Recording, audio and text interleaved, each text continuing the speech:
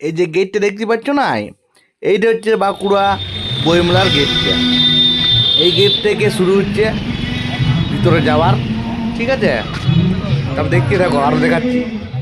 ক্যামেরাটা যেমন ঘুরছে সেই রকম তোমরাও ঘুরবে, বিভিন্ন স্টলগুলো দেখতে পাবে যেখানে বইগুলো বিক্রি হচ্ছে। লাই আনন্দ স্টল, যা বই আছে সব আনন্দ লাগছে।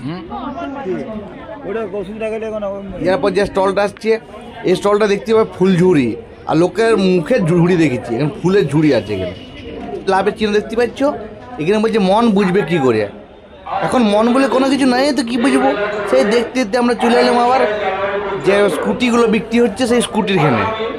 বইমেলাতে হচ্ছে স্কুটিও বিক্রি হচ্ছে, মানে বইয়ের সাথে স্কুটি ফ্রি। এই যে স্টলটা, এখানে দেখতে পাচ্ছি আমাদের লোককবি কৃষ্ণদুলাল চট্টোপাধ্যায় মহাশয়, তিনি তার কবিতার এখানে রেখেছেন, কবিতার যে বইগুলো। ওই স্যারের স্টল দেখতে দেখতে আমি চলে এলাম পাশের একটা স্টলে। সেখানে দেখছিলাম বিভিন্ন বই বিক্রি হচ্ছে। সেখানে একটা দেখলাম কমরেড বুদ্ধদেব ভট্টাচার্যের বই, সেটাও হাতে এবার দেখলে উল্টায় পাল্টায় এই দিকে ছবি দেখলাম। তারপর বইটা দেখতে দেখতে মন গেল যে লুবো, কিন্তু যা দাম, চারিয়ে চারিয়ে দাম বলছে, আর বইটা নিতে আসলাম। বইটা ওখানে রাখিয়ে দিয়ে চলে এলাম। তারপরে বিভিন্ন জায়গায় ঘুরলাম, সব বইগুলোই দেখলাম। বই দেখতে দেখতে